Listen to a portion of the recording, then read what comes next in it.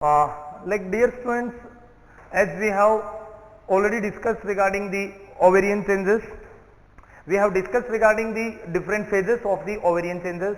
It means that we have discussed regarding follicular phase, we have discussed regarding the luteal phase. So like हमारी दोनों phase complete हो चुकी हैं अभी. कौन कौन सा? एक तो फॉलिकुलर फेज और एक luteal phase. All right. So these both phases, ये दोनों जो फेज थी हमारी कौन सी? follicular phase and luteal phase, they both comes under the ovarian changes. मतलब because of the ovarian hormones, ovary के द्वारा या ओवेरी पे इफेक्ट करने वाले जो हॉर्मोन्स होते हैं उनके कारण बेसिकली ये फोलिकुलर फेज और ल्यूटियल फेज अकर होती है. बेसिकली लाइक ओवेरीज पे होने वाले effect of the different hormones, मतलब the effect of FSH, the effect of LH. FSH and LH इन दोनों हार्मोन के कारण ओवेरी में ये दोनों लाइक बेसिकली जो स्टेजेस होती है इनका रोल प्ले होता है. फोलिकुलर फेज के लिए मैंने आपको क्या बताया अभी? फोलिकुलर फेज के लिए मैंने बताया था इसके लिए एफएसएच हार्मोन रिस्पांसिबल होता है और ल्यूटियल फेज के लिए जो ल्यूटियल फेज है इसके लिए रिस्पांसिबल होता है LH, that is the luteinizing hormone. All right.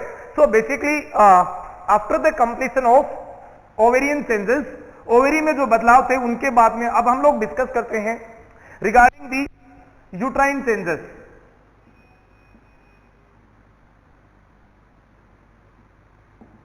तो हम लोग बात किसके बारे में कर रहे थे? We were discussing regarding the menstrual cycle. और मेंस्ट्रुअल साइकिल में हमने बात किया था regarding the different changes, different physiological process या different phases in the uterus and ovaries. मतलब यूट्रस की जो एंडोमेट्रियम लेयर है उसके द्वारा क्या क्या चेंजेस आते हैं, कौन कौन सी फेज प्ले होती हैं, उसके अलावा ओवेरीज के द्वारा क्या रोल प्ले होता है. तो ओवेरीज का क्या रोल प्ले था ये हमने पढ़ लिया follicular phase and luteal phase में. अब हम बात करेंगे यूट्राइन के बारे में. ये यूट्रस से रिलेटेड बेसिकली क्या क्या चेंजेस आते हैं. तो यूट्राइन फेज में जैसा कि आपको पता है यहां पे एक तो होगा ब्लीडिंग फेज. मेंस्ट्रुअल साइकिल का कौन सा फेज? Bleeding phase. इसके बाद में आपको पता होना चाहिए लाइक प्रोलिफरेटिव फेज. प्रोलिफरेटिव के बाद next is the secretary phase. Secretary phase, secretary phase का दूसरा नाम होता है प्रिपरेटरी फेज. तो प्रिपरेटरी फेज मतलब प्रिपरेशन करना, and proliferative phase, and this is the bleeding phase. Fine, ये तीन फेजेस होती हैं. अब मैं वन बाय वन इनके बारे में आपको डिटेल में डिस्कशन करते हैं कि कौन सी फेज में क्या क्या मेजर चेंजेस आते हैं, हाउ दिस फेजेस अकर. ये फेज क्यों होती है, इसका क्या कारण है, प्रोलिफरेटिव फेज में क्या होता है, सिक्रेटरी फेज में बेसिकली क्या होता है. So let's discuss now.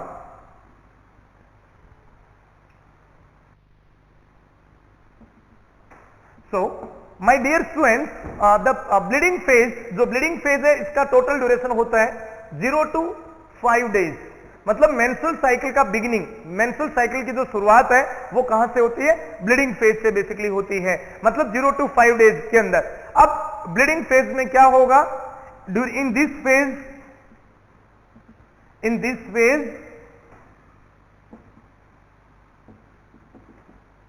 There will be visible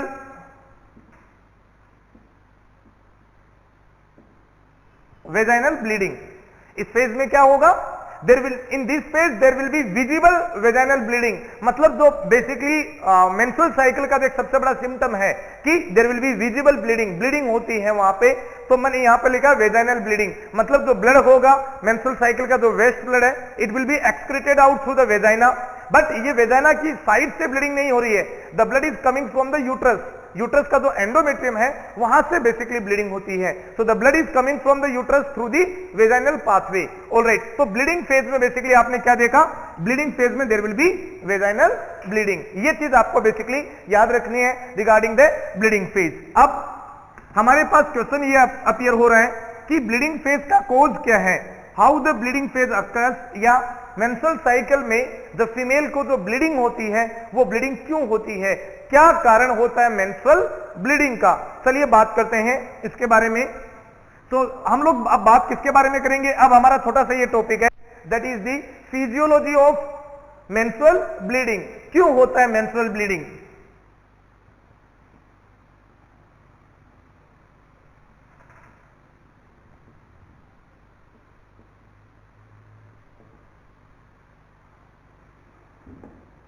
देखिए स्टूडेंट्स, एक आपके लिए सबसे इंपॉर्टेंट मैसेज, ये भी मैं काफी टाइम से सोच रहा था आपको बताने के लिए।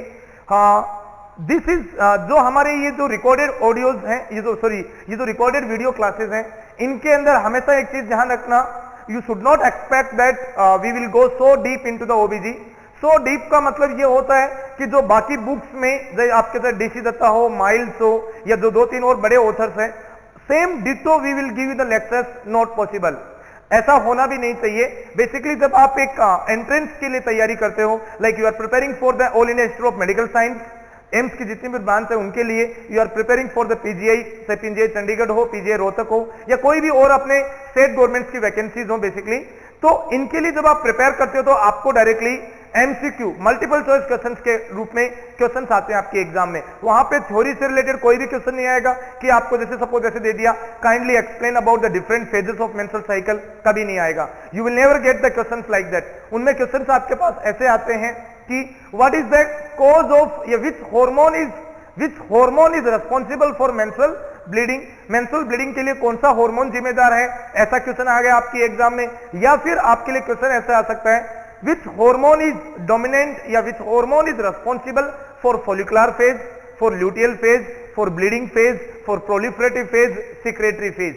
तो ऐसे क्वेश्चन आ सकते हैं। मेंस्ट्रुअल ब्लीडिंग के अंदर कितने दिनों तक मैक्सिमम ब्लीडिंग होती है, कितना ब्लड लॉस होता है, मेंस्ट्रुअल ब्लड क्लॉट क्यों नहीं होता, ऐसे एमसीक्यू मल्टीपल चॉइस क्वेश्चंस आपके एग्जाम में आएंगे।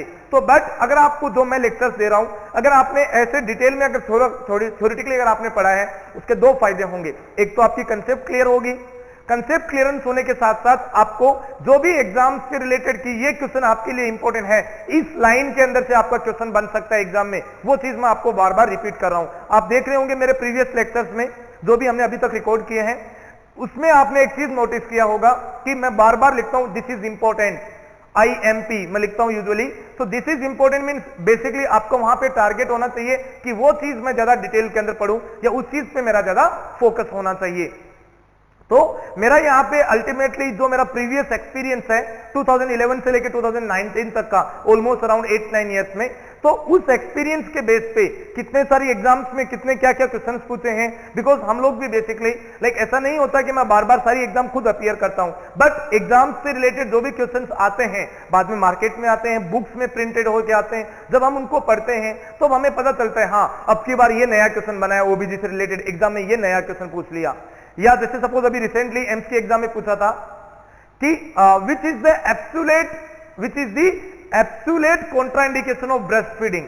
अर्लियरली पहले सिंपली इतना क्वेश्चन आता था कि ब्रेस्ट फीडिंग का क्या कॉन्ट्राइंडिकेशन है। अब ब्रेस्ट फीडिंग के कॉन्ट्राइंडिकेशन दो टाइप के होते हैं, एब्सोल्यूट भी होते हैं, रिलेटिव भी होते हैं। मतलब कुछ केस में तो आपको बिल्कुल फीडिंग नहीं करना, कुछ केस में आप फीडिंग करवा भी सकते हो और ना भी करवा सकते, मतलब उसमें रिस्की होता है ब्रेस्ट फीडिंग। तो ऐसे क्वेश्चंस आजकल एग्जाम में ज्यादा पूछने लग गए कि which is the absolute contraindication of breast feeding. So क्या हुआ, ये एक्सपीरियंस बोलता है, मतलब आपने देखा एग्जाम में कि हाँ इस एग्जाम में ये क्वेश्चन पूछा, सो अब क्या होगा, you will be prepared well. आपको ज्यादा प्रिपेयर करना पड़ेगा, इसके ऊपर भी आपको फोकस करना है, इसके ऊपर भी आपको फोकस करना है। सो जो कुछ भी आपको लेक्चर्स मिल रहे हैं, this is more than sufficient.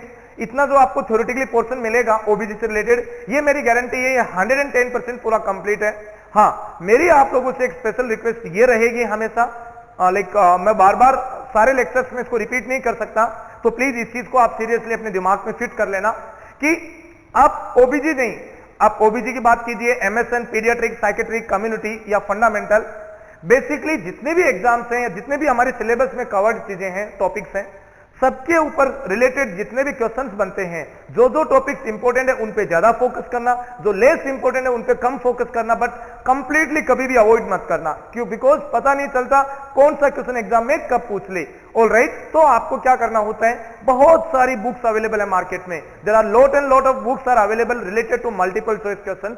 अच्छी क्वालिटी की बुक, अच्छा राइटर हो, बहुत फेमस राइटर हो, मिस्टेक्स कम हो क्वेश्चंस में, ऐसी बुक पढ़िए। तो थ्योरेटिकल तो आप बेसिकली जीआरवी इंस्टीट्यूट के द्वारा प्रोवाइड किए हुए जो वीडियो क्लासेस हैं, इनके द्वारा आपको पूरा थ्योरेटिकल पोर्शन मिल जाएगा। एज ए एंट्रेंस, एक एंट्रेंस में आप मेरी लाइव क्लास में बैठकर जितना पढ़ते हो उतना पूरा मटेरियल आपको यहां पर मिलेगा। बट उसके साथ साथ आपको यहां पे क्या करना है, जैसा मैं मेरे स्टूडेंट्स को क्लासेस के अंदर भी बोलता रहता हूं कि आप क्वेश्चंस कीजिए। Once you complete the chapters, जैसे आपने पूरा ओबीजी पढ़ लिया, या ओबीजी में साथ साथ आप जैसे मेंस्ट्रुअल डिसऑर्डर्स पढ़ोगे, मेंस्ट्रुअल साइकिल पढ़ रहे हो, मेनोपॉज पढ़ोगे, प्यूबर्टी से रिलेटेड आपने पढ़ा, उससे पहले आपने रिप्रोडक्टिव चेंजेस या रिप्रोडक्टिव ऑर्गन्स के बारे में पढ़ा, तो इनके क्वेश्चंस क्या है, कौन सी बुक में क्वेश्चन है, उन क्वेश्चंस को पढ़ना। तो सर ने मेरे को थ्योरी पढ़ाई, अब मैं क्वेश्चन करता हूं, क्वेश्चन के एंड में मुझे क्या कुछ फायदा मिला, सर के द्वारा पढ़ाई गई theory, the theoretical portion which was given by your tutor, क्या उससे मल्टीपल चॉइस क्वेश्चंस मैच हो रहे हैं, क्या उसका कुछ रिजल्ट निकल रहा है, या मैं केवल यूजलेस के रूप में मैं वीडियो सुन रहा हूं या ऑडियो सुन रहा हूं। तो ये सारी चीजें आपको करनी है। Read maximum multiple choice questions, हमेशा अपने दिमाग में फिट कीजिए, ये मेरी रिक्वेस्ट है। एटलीस्ट एवरीडे 200 to 250 क्वेश्चंस, हमेशा 200 से 250 क्वेश्चंस आपको जरूर करने हैं। सुबह 100 क्वेश्चंस, इवनिंग में 150 questions with rational. Without rational never attend any questions, because rational नहीं होगा इसका मतलब आप रट रहे हो उस चीज को। अगर आप रटोगे मतलब मगअप करोगे, if you mug up definitely will forget within a week, एक वीक में आपका पूरा पाठ्या साफ हो जाएगा। So always go for the rational, पता लगाइए रेशनल के बारे में कि क्या कारण है इसके बारे में आपको जो भी, बिकॉज यहाँ पे हम लोग डिटेल्स भी प्रोवाइड करेंगे, आपको कुछ सपोर्ट बैकअप भी देंगे कि आपको अगर फ्यूचर में कोई डाउट होता है या कुछ और होता है तो आप हमसे कैसे कांटेक्ट कर सकते हो, तो उस मीडिया चैनल के थ्रू भी आप हमसे कांटेक्ट कर सकते हो। ऑलराइट, अब चलिए मैं वापस आता हूं अपनी थ्योरेटिकल पोर्शंस पे।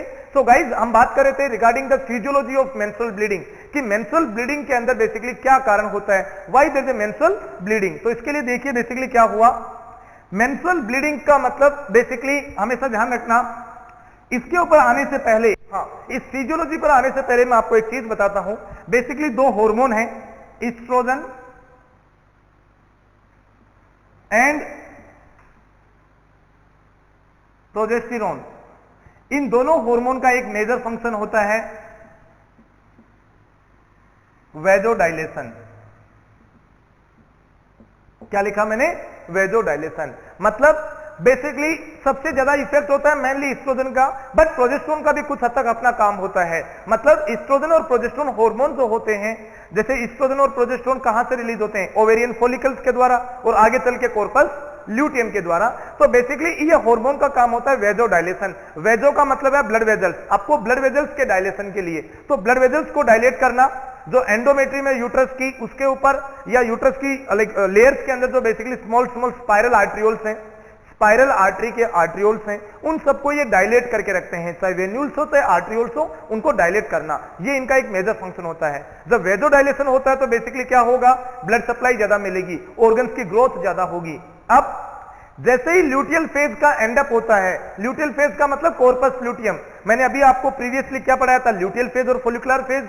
ल्यूटियल फेज में मैंने आपको क्या बताया, जैसे ही अगर फर्टिलाइजेशन नहीं हुआ, अगर फर्टिलाइजेशन नहीं हुआ तो if there is no fertilisation तो क्या होगा, कॉर्पस ल्यूटियम का रिग्रेशन स्टार्ट हो जाता है, मतलब कॉर्पस ल्यूटियम का डीजनरेशन स्टार्ट हो जाता है, और करीबन या I can say by the 27th और 28th day of menstrual cycle corpus luteum totally disappear हो जाता है या डीजनरेट हो जाता है। कॉर्पस ल्यूटियम का जब डीजनरेशन हो जाता है तो कॉर्पस ल्यूटियम का जो अवशेषी पार्ट है, जिसको आप रेमिनेंट बोलते हो, उसको कहा जाता है कॉर्पस एल्बिकेंस। क्या कहते हैं, कॉर्पस एल्बिकेंस, याद रखना। मतलब कॉर्पस ल्यूटियम जब डीजनरेट हो गई 27 और 28 डेज के टाइम में, तो उसके बाद में उसका नाम क्या होगा, कॉर्पस एल्बिकेंस। मैंने आपको बताना भूल गया था, आपको मैं ल्यूटियल फेज में ये चीज प्लीज नोटिस कर लेना, कॉर्पस एल्बिकेंस। जो कॉर्पस ल्यूटियम थी जब वो डीजनरेट हो गई तो उसी के टिश्यूज के लिए वर्ड यूज किया गया, कॉर्पस एल्बिकेंस। तो गाइस मैंने आपको कहा था कॉर्पस ल्यूटियम का फंक्शन क्या है, कॉर्पस ल्यूटियम का काम होता है production of progesterone high amount में and also the production of estrogen. तो बेसिकली एस्ट्रोजन और प्रोजेस्टेरोन हार्मोन जो थे, एस्ट्रोजन एंड प्रोजेस्टेरोन हार्मोन, ये कहां से प्रोड्यूस हो रहे थे, कॉर्पस ल्यूटियम के द्वारा। अब हुआ क्या, यहां पे कॉर्पस ल्यूटियम का डीजनरेशन हो गया। जैसे ही कॉर्पस ल्यूटियम का डीजनरेशन होता है, फीमेल के ब्लड में या फीमेल की बॉडी के अंदर एस्ट्रोजन एंड प्रोजेस्टेरोन जो हार्मोन्स होते हैं, एस्ट्रोजन एंड प्रोजेस्टेरोन हार्मोन, इनकी डेफिशिएंसी हो जाती है।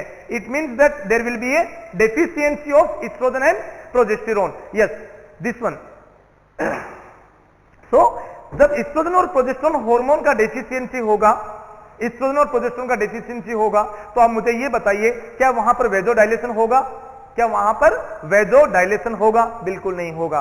क्या होगा वहां पे, देयर विल बी वेजो कॉन्स्ट्रिक्शन, वहां पे वेजो कॉन्स्ट्रिक्शन होगा। चलिए इस चैप्टर को मैं आगे बढ़ाता हूं आपको इसी बात पे। मतलब due to the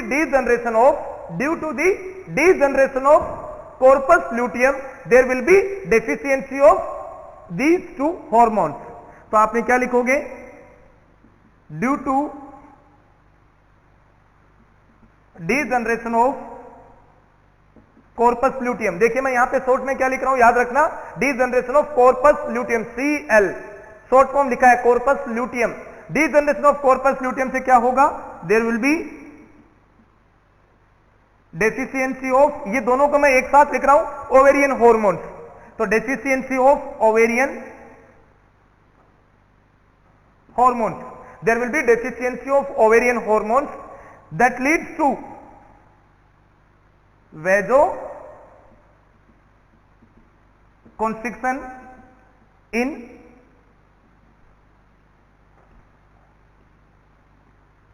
uterine arterioles and venules. Please very interesting चीज, ये बड़ा ही एक इंटरेस्टिंग टॉपिक है। मतलब क्या हुआ, आपने क्या देखा कि due to the deficiency of ovarian hormones, अगर ओवेरियन हार्मोन की डेफिशिएंसी होगी तो क्या होगा, पहले ऊपर क्या लिखा है मैंने कि ये हार्मोन अगर प्रेजेंट है हमारे ब्लड में तो क्या कर रहे हैं, वेजोडाइलेशन। अब इन हार्मोन्स की क्या होगी, डेफिशिएंसी, तो there will be vasoconstriction in the uterine arterioles and venules. तो जो यूट्रस की एंडोमेट्रियम सरफेस था या यूट्रस की जो लेयर थी उसमें ब्लड सप्लाई मिल रही थी, ब्लड ज्यादा मिल रहा था, उसमें क्या हो जाएगा, कमी हो जाएगी, वेजो कॉन्स्ट्रिक्शन। मतलब blood vessels will be constricted, blood vessels क्या होंगी, कॉन्स्ट्रिक्टेड हो जाएंगी। अब देखिए क्या होगा, तो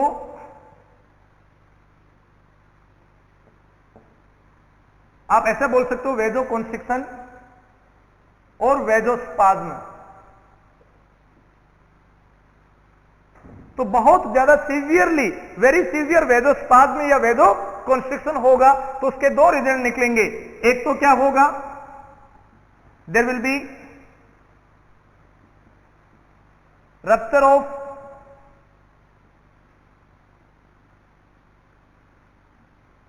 स्पाइरल आर्ट्रियोल्स एंड वेन्यूल्स। जो स्पाइरल आर्ट्रियोल्स थे और उस एरिया में जो छोटी छोटी आर्टरीज थी, जो वेन्यूल्स थे, उनका क्या हो जाएगा, रप्चर हो जाएगा। Because of severe vasoconstriction they will be ruptured and rupture होने से क्या होगा, देयर विल बी ब्लीडिंग। एक चीज तो ये हो गई। दूसरी साइड में there will be hypoxia in endometrial tissues. क्यों हुआ हाइपोक्सिया, देखिए प्लीज आपको एक चीज याद रखनी है, यूट्रस की एंडोमेट्रियम, अगर आप बात करते हो किसकी, यूट्रस की एंडोमेट्रियम के बारे में, तो ब्लीडिंग तो वहीं से होती है। मेंस्ट्रुअल साइकिल में ब्लीडिंग कहां से होती है, एंडोमेट्रियम की साइड से। तो यूट्रस की जो एंडोमेट्रियम होती है, उस एंडोमेट्रियम की दो लेयर होती हैं, एक लेयर का नाम है बेसल लेयर और एक होती है फंक्शनल लेयर। यूट्रस की कितनी लेयर बताई मैंने एंडोमेट्रियम की, एंडोमेट्रियम कंटेन्स टू लेयर्स, एक बेसल लेयर और एक फंक्शनल लेयर। फंक्शनल लेयर के लिए बोला जाता है it is a temporary layer and it is a permanent layer. जो बेसल लेयर है उसके लिए क्या वर्ड यूज करते हैं, परमानेंट लेयर। तो बेसल लेयर को बोलते हैं परमानेंट लेयर और फंक्शनल लेयर को क्या बोलते हैं, टेम्पररी लेयर। ये याद रखना, टेम्पररी लेयर और परमानेंट लेयर क्यों बोलते हैं वो सब कुछ मैं बताता हूं। बेसिकली जो बेसल लेयर है, कौन सी लेयर, बेसल लेयर, ये जो बेसल लेयर है ये यूट्रस की मायोमेट्रियम के साथ अटैच्ड है। मतलब जैसे सपोज ये पेरीमेट्रियम हो गई, उसके बाद मायोमेट्रियम और मायोमेट्रियम के बाद नेक्स्ट कौन सी, बेसल लेयर, मतलब एंडोमेट्रियम की रियल लेयर, ये बेसल लेयर उससे अटैच होगी। बेसल लेयर के बाद जैसे सपोज आप ऐसा कह सकते हो like this, like this is myometrium, this is basal layer and this is functional layer. तो हमेशा ध्यान रखना शेडिंग किसका होता है मेंस्ट्रुअल ब्लीडिंग में, मतलब मेंस्ट्रुअल ब्लीडिंग में शेडिंग किसका होगा, शेडिंग होगा हमेशा फंक्शनल लेयर का। आई बात समझ में, इसलिए इसको क्या बोलते हैं, टेम्पररी लेयर। तो मेंस्ट्रुअल ब्लीडिंग के समय में जो लेयर जिसमें हाइपोक्सिया होता है वो hypoxia will usually take place in the uterine endometrium, that is the functional layer of endometrium. तो यूट्रस की जो फंक्शनल लेयर थी उसमें क्या होता है, देयर विल बी हाइपोक्सिया। तो हाइपोक्सिया इन एंडोमेट्रियल टिश्यूज, तो मैं एंडोमेट्रियम में भी लिख देता हूं फंक्शनल। मैंने क्या लिखा है यहां पे, हो सकता है आपको फ्लैश पड़े, यहां पे दिखाई ना दे, फंक्शनल लेयर। तो फंक्शनल लेयर में यहां पर क्या हो सकता है, पेशेंट को हाइपोक्सिया होगा। अब इसमें जब हाइपोक्सिया होगा तो क्या होगा, सेल डेथ, मतलब जब कभी भी ऑक्सीजन कम मिलता है तो क्या होगा, सेल डेथ। तो hypoxia will lead to, I will write down it over down,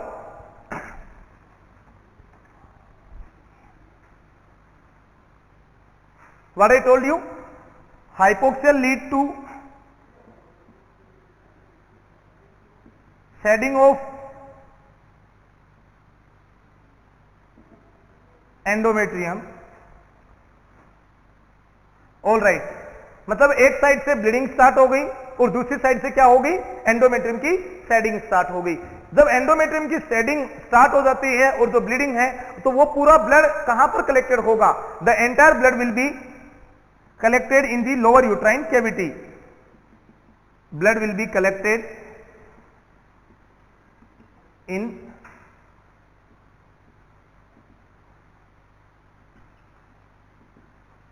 lower uterine cavity. The blood will be collected in the lower uterine cavity. जब blood lower uterine cavity में collect होगा उसका नुकसान क्या होगा, what is the loss, it creates pressure on, it creates pressure on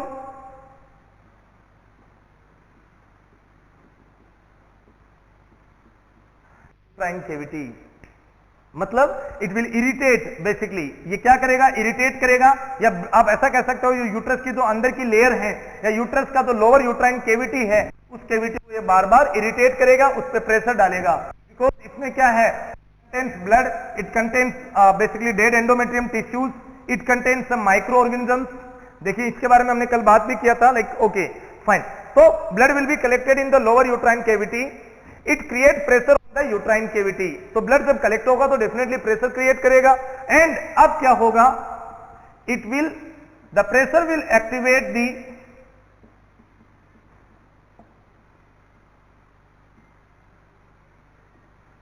stretch receptors, pressure will activate the stretch receptors, और जब stretch receptors activate होंगे तो व्हाट विल हैपन, एक तो ये होगा यूट्राइन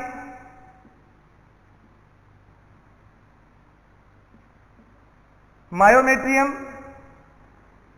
रिलीज प्रोस्टाग्लैंडिन, क्या करेगा, uterine myometrium will release the prostaglandin. यहां पे कौन सा प्रोस्टाग्लैंडिन रिलीज होगा, TGF2 अल्फा, कौन सा, TGF2 alpha, TGF2 alpha release होगा, प्लस इसके साथ साथ यूट्राइन मायोमेट्रियम प्रोस्टाग्लैंडिन रिलीज करेगी, प्लस द स्ट्रेच रिसेप्टर्स, ये जो स्ट्रेच रिसेप्टर्स हैं they will stimulate the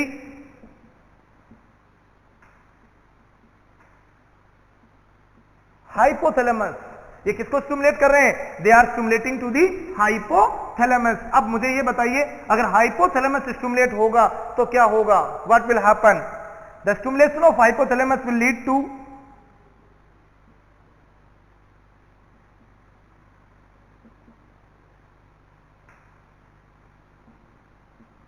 synthesis of oxytocin. क्या होगा, there will be synthesis of oxytocin, मतलब हाइपोथैलेमस ऑक्सीटोसिन का प्रोडक्शन स्टार्ट कर देगा, and oxytocin will be release by posterior pituitary. तो posterior pituitary that will release the oxytocin. हमेशा ध्यान रखना ऑक्सीटोसिन का सिंथेसिस जो होता है वो हाइपोथैलेमस में होता है, एंड ऑक्सीटोसिन का जो रिलीजिंग होता है, स्टोर पड़ा है या ब्लड में रिलीज करने का काम कौन करेगा, पोस्टीरियर पिट्यूटरी करता है। ये एक बड़ी मैकेनिज्म है, oxytocin plus ADH anti diuretic hormone, उन दोनों के लिए ये सिस्टम लागू होता है। अब ये ऑक्सीटोसिन जो कि रिलीज हो गए ब्लड में, what it will cause, it will cause leads to uterine contraction, leads to uterine contraction. अब यूट्रस के कॉन्ट्रैक्शन कौन करवा रहा है, एक तो oxytocin plus prostaglandin. Who is responsible for the uterine contractions, किसके कारण हो रहे हैं यूट्राइन कॉन्ट्रैक्शंस, एक तो बिकॉज ऑफ ऑक्सीटोसिन एंड एक बिकॉज ऑफ दी प्रोस्टाग्लैंडिन। इन दो फैक्टर्स के कारण वहां पर यूट्राइन कॉन्ट्रैक्शंस होते हैं। कौन सा प्रोस्टाग्लैंडिन? प्रोस्टाग्लैंडिन का नाम है PGF2 alpha. What is the function of PGF2 alpha? क्या काम करता है PGF2 alpha? PGF2 alpha prostaglandin का एक टाइप होता है और PGF2 अल्फा का काम होता है यूट्राइन मायोमेट्रियम का कॉन्ट्रैक्शन करवाना प्लस वेजो कॉन्स्ट्रिक्शन करना। क्या काम है? वेजो कॉन्स्ट्रिक्शन करना, ब्लड वेजल्स का कॉन्स्ट्रिक्शन करना प्लस यूट्रस की मायोमेट्रियम में कॉन्ट्रैक्शन करवाना। ये दो बड़े फंक्शंस होते हैं PGF2 अल्फा के। तो because of PGF2 alpha and because of oxytocin there will be contraction in the uterus myometrium, और कॉन्ट्रैक्शन के कारण क्या होगा? The blood which was collected in the uterus uterine cavity it will be expelled out through the vaginal pathway. That's it. तो मैं इसको भी नीचे मेंशन कर देता हूं। So because of the oxytocin and uterine contraction से क्या होगा?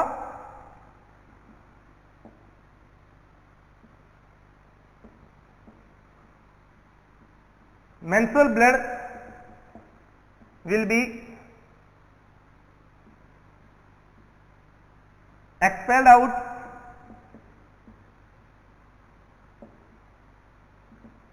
Through the vagina.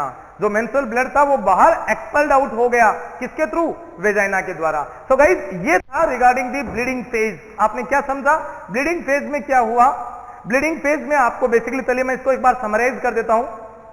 Basically basically the ovarian corpus luteum, ovary का जो कॉर्पस ल्यूटियम होता है, this corpus luteum basically produce the high amount of progesterone and it also produce the low amount of estrogen. तो progesterone और oestrogen के production के कारण से यूट्राइन एंडोमेट्रियम, यूट्रस की जो एंडोमेट्रियम होती हैं, उस एंडोमेट्रियम लेयर के अंदर एक तो जो स्पाइरल आर्ट्रियोल्स हैं, उन स्पाइरल आर्ट्रियोल्स का वेजोडाइलेशन होता है और यूट्रस की जो स्ट्रोमल सेल्स होती हैं उनका डेवलपमेंट होता है। कौन सी सेल बताई मैंने? Stromal cells. ये यूट्राइन एंडोमेट्रियम में प्रेजेंट होती हैं, इनका फर्दर डेवलपमेंट होता है, मतलब वेस्कुलराइजेशन होता है। जब एंडोमेट्रियम को ब्लड मिलेगा, उसकी लेयर्स को बेसिकली हार्मोन्स मिलेंगे तो उनकी ग्रोथ बहुत स्पीड से होगी। ऑलराइट, मैं किसकी ग्रोथ की बात कर रहा हूं? I am mainly talking about the functional layer of endometrium, functional layer of endometrium. अब आगे क्या हुआ? जब यूट्राइन सब ओवेरियन कॉर्पस ल्यूटियम के द्वारा डीजनरेशन स्टार्ट हो गया, मतलब कॉर्पस ल्यूटियम धीरे धीरे डीजनरेट होना शुरू हो गई, उसका रिग्रेशन शुरू हो गया, तो उसके द्वारा जो प्रोजेस्टेरोन और एस्ट्रोजन का प्रोडक्शन होता that also will be decrease, उनका प्रोडक्शन भी कम होने लग जाता है। अब जो ब्लड वेजल्स, आर्ट्रियोल्स या वेन्यूल्स पहले डायलेट थे, उनका धीरे धीरे क्या स्टार्ट हो जाएगा? वेजो कॉन्स्ट्रिक्शन। ये वेजो कॉन्स्ट्रिक्शन करीबन 25th, 26th और 27 और 28th डे, मतलब मेंस्ट्रुअल ब्लीडिंग के स्टार्ट होने से पहले 2-3 दिन पहले स्टार्ट शुरू हो जाता है ये कॉन्स्ट्रिक्शन। अब क्या हुआ? जब एस्ट्रोजन का लेवल सडनली कम हो गया, मेनली किसका लेवल? एस्ट्रोजन का। When the sudden decrease in the oestrogen level due to the corpus luteum degeneration, the blood vessels will be constricted severely, they will ruptured. जो ब्लड वेजल्स सिकुड़ गई थी, spasm हो गया था, वो रप्चर हो जाएंगी। उसके अलावा, मतलब ब्लड वेजल्स का मतलब आर्ट्रियोल्स और मैं वेन्यूल्स की बात कर रहा हूं। मीनवाइल उसी समय क्या होगा? एक तो ब्लीडिंग स्टार्ट हो जाएगी यूट्राइन की लेयर के द्वारा, और देखिए केवल ब्लीडिंग होना कोई पॉइंट की बात नहीं होती, उसके द्वारा मैंने क्या कहा था? यूट्रस की फंक्शनल लेयर, देखिए यूट्रस की जो फंक्शनल लेयर होती है, जब वो उसको पूरी तरीके से एस्ट्रोजन और प्रोजेस्टेरोन मिलता है तो उसकी maximum thickness around 7 to 8 mm हो जाती है। प्लीज याद रखिए, मतलब यूट्रस की फंक्शनल लेयर को जब मैक्सिमम अमाउंट में एस्ट्रोजन और प्रोजेस्टेरोन का सप्लाई होती है, the maximum thickness will reach around 7 to 8 mm। अब क्या होगा? जैसे ही सपोज वहां पर ब्लीडिंग शुरू हुई, यूट्रस की एंडोमेट्रियम पर वेजो कॉन्स्ट्रिक्शन से कारण क्या होगा? हाइपोक्सिया, मतलब uterine endometrium will have the hypoxia, और हाइपोक्सिया का क्या रिजल्ट निकलेगा? हाइपोक्सिया के कारण जो एंडोमेट्रियम की जो फंक्शनल लेयर थी उसकी शेडिंग स्टार्ट हो जाएगी, मतलब फंक्शनल लेयर धीरे धीरे डीजनरेट होना शुरू होगी, उसकी शेडिंग स्टार्ट हो जाएगी। तो जब उसकी एक तो आप क्या हुआ? साइड से ब्लीडिंग हो रही है, एक साइड से जो लेयर थी उसकी शेडिंग स्टार्ट हो गई, तो जो टिश्यूज थे वो ब्लड में मिक्स हो गए और ये ब्लड लोअर यूट्राइन कैविटी में कलेक्टेड हो गया। जब यूट्रस की लोअर यूट्राइन कैविटी, मतलब इस्थमस का जो एरिया है, उस पे जब ये ब्लड कलेक्टेड रहेगा, it will give the pressure, ये यूट्रस पे क्या डालेगा? प्रेशर डालेगा। एंड उस प्रेशर के कारण क्या हुआ, it will activate the stress receptors. कौन से रिसेप्टर? Stress receptors. और स्ट्रेस रिसेप्टर जैसे ही रिलीज होंगे, एक तो यूट्रस का मायोमेट्रियम जो होगा, it will release the prostaglandin. क्या रिलीज करेगा? Prostaglandin, TGF2 alpha. और मीनवाइल ये स्ट्रेस रिसेप्टर फीमेल के हाइपोथैलेमस को भी स्टिमुलेट करेंगे। मैंने क्या बोला? Because of uterine pressure by the bleeding, it will activate the stress receptors, because of that prostaglandin will be release and meanwhile hypothalamus will be stimulated. जब hypothalamus stimulate होगा, it will synthesise the oxytocin. Oxytocin hormone को synthesise करेगा और posterior pituitary के द्वारा release करवाएगा। अब posterior pituitary के द्वारा जब ऑक्सीटोसिन ब्लड में रिलीज हो गया, तो oxytocin and prostaglandin they will cause the uterine contraction. किस चीज का कॉन्ट्रैक्शन? यूट्रस की मायोमेट्रियम का कॉन्ट्रैक्शन। जब मायोमेट्रियम में कॉन्ट्रैक्शन होता है, what will happen? The menstrual blood will be expelled out through the vagina. जो ब्लड था, it will be expelled out. तो गाइज, ये बेसिक चीज थी रिगार्डिंग दी ब्लीडिंग फेज। अब ये किसके बारे में था? ब्लीडिंग फेज के बारे में था। अब अगर आपको कोई एग्जाम में पूछे, if someone ask you in the exam that bleeding phase के लिए कौन सा हार्मोन रिस्पॉन्सिबल होता है, व्हाट यू विल रिप्लाई? अगर ऑप्शन में सबसे पहले अगर एस्ट्रोजन है, your right answer will be estrogen. मतलब which hormone is responsible, which hormone is responsible for the bleeding phase, you will answer the estrogen। क्या होता है वहां पे? there will be deficiency of estrogen leads to menstrual bleeding। तो estrogen की जब deficiency होगी, there will be menstrual bleeding. ये चीज याद रखनी है, वेरी वेरी इंपॉर्टेंट थिंग। मतलब मेंस्ट्रुअल ब्लीडिंग का कारण क्या था? डेफिशिएंसी या सडन डिक्लाइन या sudden decrease in the level of estrogen in the female blood, serum estrogen level कम हो जाना, that leads to the bleeding. Alright guys, ये चीज हमारे लिए एक इंपॉर्टेंट पॉइंट था, इसको हमने क्लियर किया।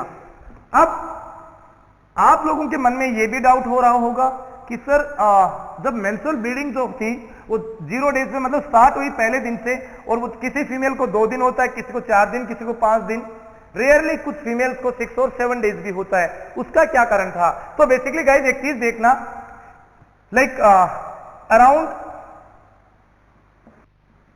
4th और 5th डे, मैंने क्या बताया? अराउंड 4th और 5th day of menstrual bleeding there will B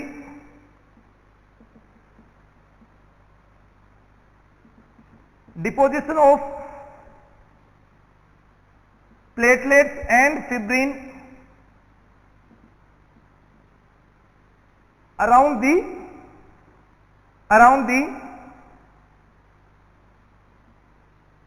endometrial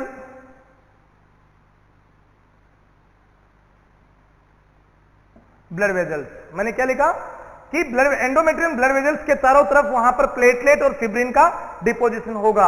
मतलब वो डिपोजिट होना शुरू कर देंगी। आप सबको पता है हमारी बॉडी में जब कहीं से भी अगर ब्लीडिंग होती है, तो हमारे कोएगुलेटिव फैक्टर्स, हमारी क्लोटिंग प्रोसेस जो होती है वो एक्टिवेट हो जाती है। तो क्लोटिंग फैक्टर्स, क्लोटिंग प्रोसेस में मैंने लिख दिया ना फिब्रिन, तो फिब्रिन और प्लेटलेट्स ये सारा मिलकर क्या करेंगे? They will clot the blood.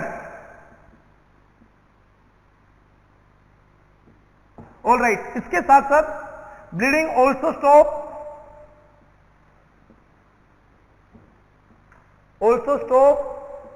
due to bleeding will also stop due to the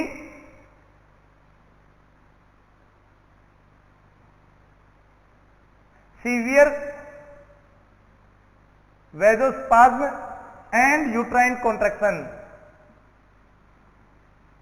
आपको याद होना चाहिए, जब किसी फीमेल को पीपीएच होता है, पोस्टपार्टम हेमरेज होता है, उसका क्या कारण है? पोस्टपार्टम हेमरेज का कारण यूट्रस का कॉन्ट्रैक्शन नहीं करना। ब्लीडिंग का क्या कारण था? कॉन्ट्रैक्शन नहीं करना। जब हम फीमेल को ऑक्सीटोसिन देते हैं, मेथार्जिन वगैरह देते हैं, तो क्या होता है? और यूट्रस को मसाज करते हैं, तो यूट्रस कॉन्ट्रैक्शन करने लग जाता है, ब्लीडिंग बंद हो जाती है। सेम चीज जैसे ही फीमेल को ब्लीडिंग होगा 2 और 3 डेज में, जब यूट्रस धीरे धीरे कॉन्ट्रैक्शन करना शुरू कर देगा, जब कॉन्ट्रैक्शंस बढ़ेंगे तो क्या होगा? Because of the contractions there will be stoppage of the menstrual bleeding. Menstrual blood जो है वो बंद हो जाएगा। प्लस इसके साथ साथ क्या होगा? There will be a deposition of clot formation होना शुरू हो जाएगा, because of the fibrin and because of the aggregation collection of the platelet. तो गाइज ये रीजन होता है किसका? Stoppage of the menstrual bleeding के बंद होने का ये एक बड़ा फैक्टर है। इसके साथ साथ एक और फैक्टर भी है ब्लीडिंग के बंद होने का, वो है increase in the level of oestrogen. जैसे ही मेंस्ट्रुअल ब्लीडिंग के 4 से 5 दिन कंप्लीट होते हैं, धीरे धीरे वापिस ओवेरीज के जो फॉलिकल्स हैं, जो प्राइमोडियल फॉलिकल्स वगैरह होते हैं या जो डेवलपिंग फॉलिकल्स हैं, they will now slowly starting the releasing of oestrogen. वो एस्ट्रोजन को धीरे धीरे रिलीज करना शुरू कर देते हैं। जैसे जैसे एस्ट्रोजन का रिलीजिंग बढ़ता चला जाएगा, व्हाट विल हैपन, इसका क्या रिजल्ट निकलेगा, जो एस्ट्रोजन का लेवल बढ़ेगा, वापस ब्लड वेजल्स डायलेट होना शुरू हो जाएंगी, menstrual blood will be stopped. Alright, अब ब्लीडिंग फेज के बाद नेक्स्ट फेज है proliferative phase.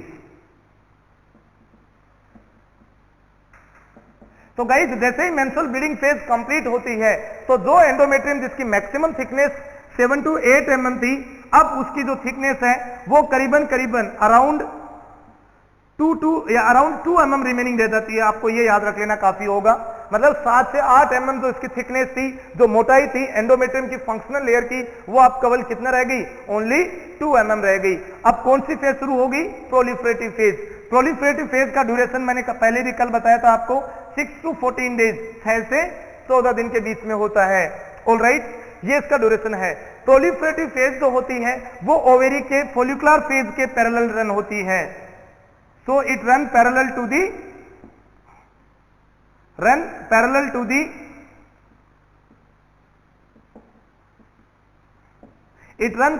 the follicular phase of the ovary। Ovary का जो फोलिकुलर फेज है उसके साथ ये भी बराबर में रन करती है। जिस समय ओवेरी में फोलिकुलर फेज चलता है, सेम टाइम में यूट्रस में क्या चेंजेस आते हैं, यूट्रस में प्रोलिफरेटिव फेज होता है।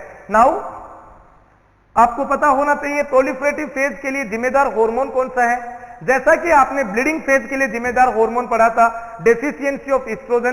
प्रोलिफरेटिव फेज के लिए क्या जिम्मेदार होगा, इसके लिए जिम्मेदार होगा oestrogen hormone. Same like bleeding phase, इसके लिए भी जिम्मेदार कौन होगा, एस्ट्रोजन। बट ब्लीडिंग फेज में एस्ट्रोजन का डेफिशिएंसी था, प्रोलिफरेटिव फेज में क्या होगा, there will be increase level of oestrogen.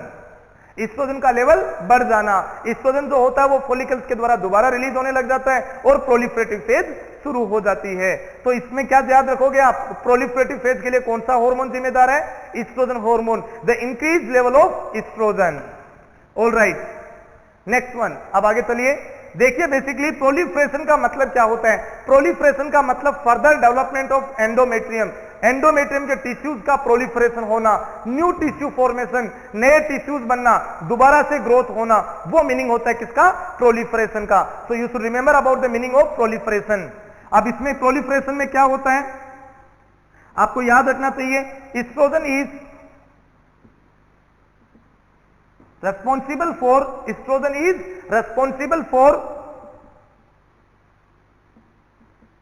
hyperplasia of endometrial tissues। Hyperplasia का मतलब क्या होता है, हाइपरप्लेसिया का मतलब क्या होता है, increase in the number of tissues के नंबर बढ़ना, संख्या बढ़ जाना, that is the meaning of hyperplasia. तो क्या करेगा एंडोमेट्रियम पे, जब एंडोमेट्रियम की फंक्शनल लेयर जिसकी केवल 2 mm थिकनेस बची थी, उसके ऊपर जब एस्ट्रोजन पहुंचेगा, एस्ट्रोजन के पास देखिए एंडोमेट्रियम के पास एस्ट्रोजन रिसेप्टर्स होते हैं।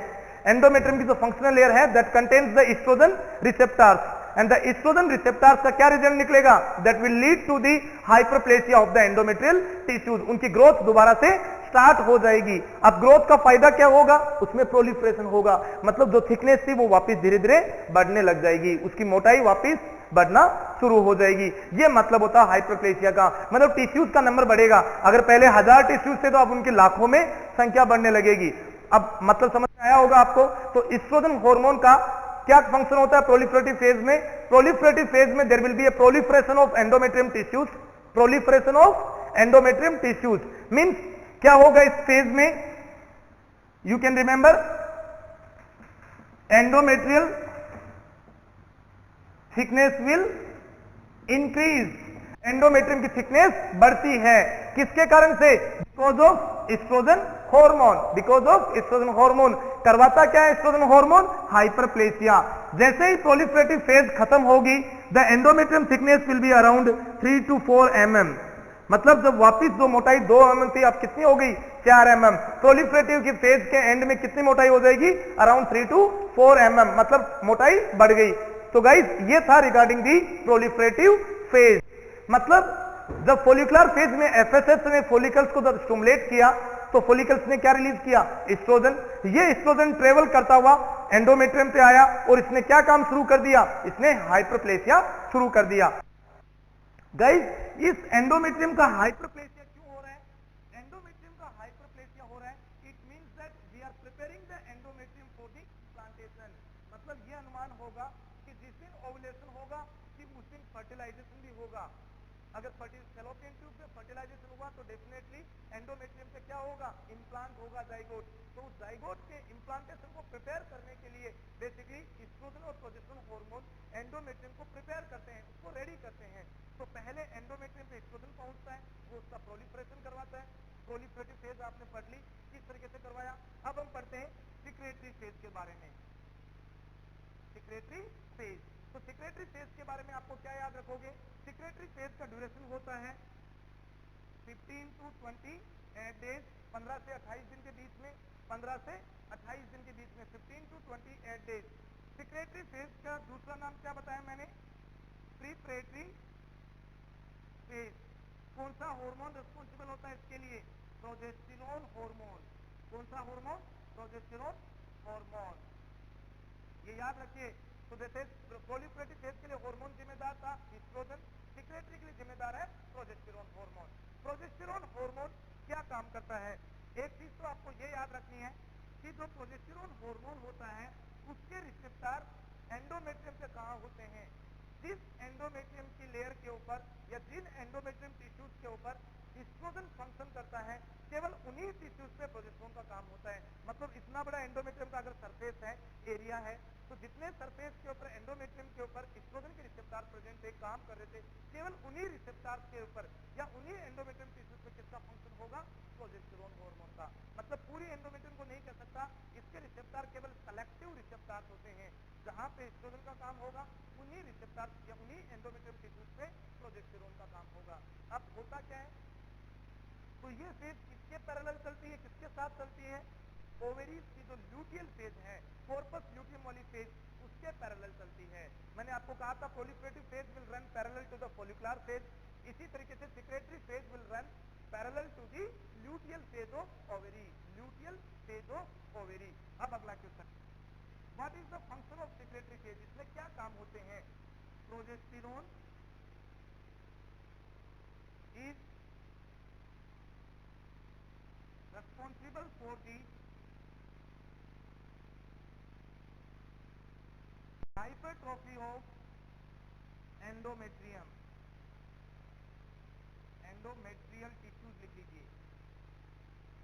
क्या करवाता है ये, देखिए हाइपरट्रोफी का मतलब क्या होता है, हाइपरट्रोफी का मतलब होता है increase in the size of tissues, tissues की साइज बढ़ जाना। प्लीज याद रखिए, टिश्यूज का नंबर बढ़ना हाइपरप्लेसिया कहलाता है, टिश्यूज की साइज बढ़ जाना हाइपरट्रोफी कहलाता है। तो हाइपरट्रोफी कौन करवा रहा है, हाइपरट्रोफी करवाने का काम है प्रोजेस्टेरोन हार्मोन का। हाइपरप्लेसिया कौन करवा रहा था पहले, एस्ट्रोजन हार्मोन। तो जिस टिश्यूज के नंबर बढ़ गए, मान लीजिए ये 1 नंबर था, इसके अब 100 हो गए, तो जो 100 नंबर वाले टिश्यूज है केवल उन्हीं पे क्या होगा, हाइपरट्रोफी होगी। मैंने कहा था ना, जिससे एस्ट्रोजन ने नंबर बढ़ाए केवल उन्हीं टिश्यूज पे क्या काम करेगा, प्रोजेस्टेरोन काम करेगा। तो ये चीज याद रखना। तो hypertrophy of the endometrial tissues, इससे क्या होगा,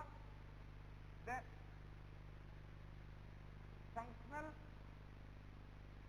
layer of endometrium thickness will be, functional layer thickness will be around 6 to 8 mm। तो अब एंडोमेट्रियम की दोबारा थिकनेस कितनी हो जाएगी, 6 से 8 mm। Means now the endometrium is ready for zygote implantation। क्या हो गया, अब एंडोमेट्रियम किसके लिए रेडी हो गई, endometrium is now totally ready for the zygote implantation. अब इससे जाइगोट का इम्प्लांटेशन हो सकता है, means this endometrium is totally ready. तो guys this was overall regarding the bleeding phase, proliferative phase and the secretory phase of uterus. Uterus की ये 3 basic होती हैं। ओवेरी पे था follicular phase and luteal phase, and uterus पे क्या था? Bleeding phase, proliferative phase and secretary phase. तो end of the secretary phase. जैसे ही ये 28 डेज का टाइम खत्म होगा, एस्ट्रोजन प्रोजेस्टेरोन की डेफिशिएंसी दोबारा होगी, दोबारा से ब्लीडिंग फेज शुरू हो जाएगा, एक नया मेंस्ट्रुअल ब्लीडिंग स्टार्ट हो जाएगी। तो guys, this was regarding the different menstrual phases. ये था रिगार्डिंग द बेसिक्स ऑफ, ये किसके बारे में बेसिक था? This was the basics of menstrual cycle. ये मेंस्ट्रुअल साइकिल के बारे में आपको बेसिक था, मतलब क्या क्या चीजें बेसिकली एक मेंस्ट्रुअल साइकिल में होती हैं। Remaining things we will continue after the break.